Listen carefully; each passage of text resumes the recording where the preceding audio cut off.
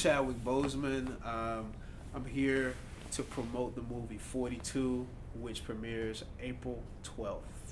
How do you think you would fare in the major leagues? Cubs need some help. You look pretty good in the movie. I couldn't do it at all, man. Why not? I had more takes than they have, you know.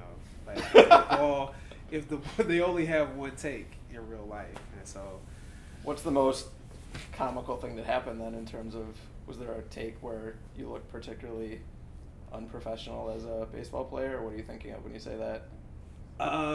You mean where I look like a total fool? Well, there were some times when I struck out, absolutely. I mean, struck out over and over again. But you were supposed to hit a home run? Yeah, or supposed to hit it, period, you know.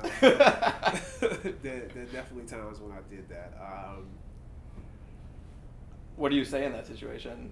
Just like, don't worry, I got this on the next one, guys. Well, I think when we started the filming process, it was just a matter of, you know, just turning it on.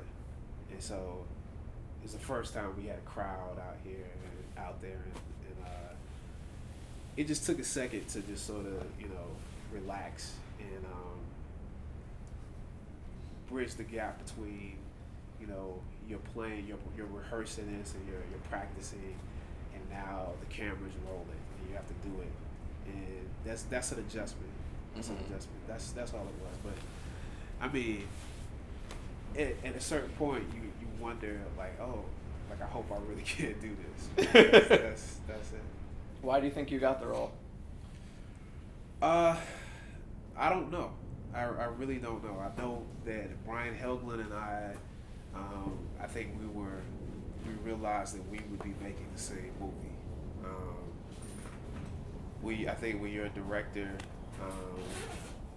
it's kind of like being a coach. You know, you need those players on the team that are coaches on the floor, and I think he felt secure in the fact that I had the passion for it, that I believed in it. During filming, was he directing you like this, like, go home? Like, no, being a third base coach? No. That's a funny joke, though. But I think we actually didn't have to talk that much. We would just kind of look at each other sometimes. People have talked about that before, like how we just kind of had an uncanny connection at moments, and you'd be like, I think I want you to, I'd be like, I got you. He'd be like, yeah, that's what I meant right there. Well, there's so much obvious inspiration in the story. What's a way that you think would have been to do this wrong? To play it like you already knew what was going to happen, and to do it passively. And for it to also, I think, you know, to do it like a victim. I think that would have been, he's not a victim, he's a hero, he's, you know, and for it to be sort of a more paternal relationship between Branch Rickey and Jackie Robinson. They were two men who saw eye to eye on something, who made an agreement to achieve a goal and to perform different tasks during that goal to achieve that goal.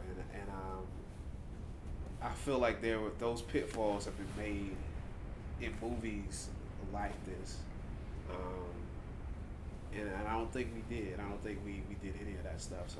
Well, I appreciated that there was, both in the way the character is drawn and in your performance, the emphasis is on Jackie. You know, I was thinking about The Blind Side, which is sort of much more about Sandra Bullock's character. Right. It's like, oh, and by the way, Michael Orr had some good stuff happen to him too. Right.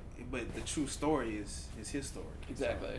So you know, I think that was one of the things. Like Brian Helgeland and I, we knew we didn't want to.